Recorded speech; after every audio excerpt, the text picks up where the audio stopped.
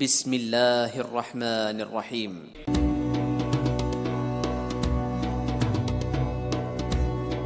سیدنا ابو امامہ رضی اللہ عنہ سے مروی ہے کہ رسول اللہ صلی اللہ علیہ وسلم نے فرمایا، جو آدمی نماز کے ارادے سے وضو کے پانی کی طرف کھڑا ہوتا ہے اور اپنی ہتھیلیاں دھوتا ہے تو پہلے قطرے کے ساتھ اس کی ہتھیلیوں سے گناہ ساقط ہو جاتے ہیں۔ جب وہ کلی کرتا ہے، ناک میں پانی چڑھاتا ہے اور ناک جھاڑتا ہے تو پانی کے پہلے قطرے کے ساتھ اس کی زبان اور ہونٹوں سے گناہ گر جاتے ہیں۔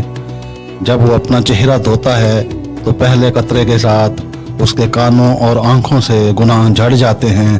اور جب وہ کوہنیوں سمیت اپنے بازو اور ٹخنوں تک اپنے پاؤں دھوتا ہے تو وہ اپنے ہر قسم کے گناہ اور ہر قسم کی خطا سے اس دن کی طرح پاک ہو جاتا ہے جس دن اس کی ماں نے اس کو جنم دیا تھا۔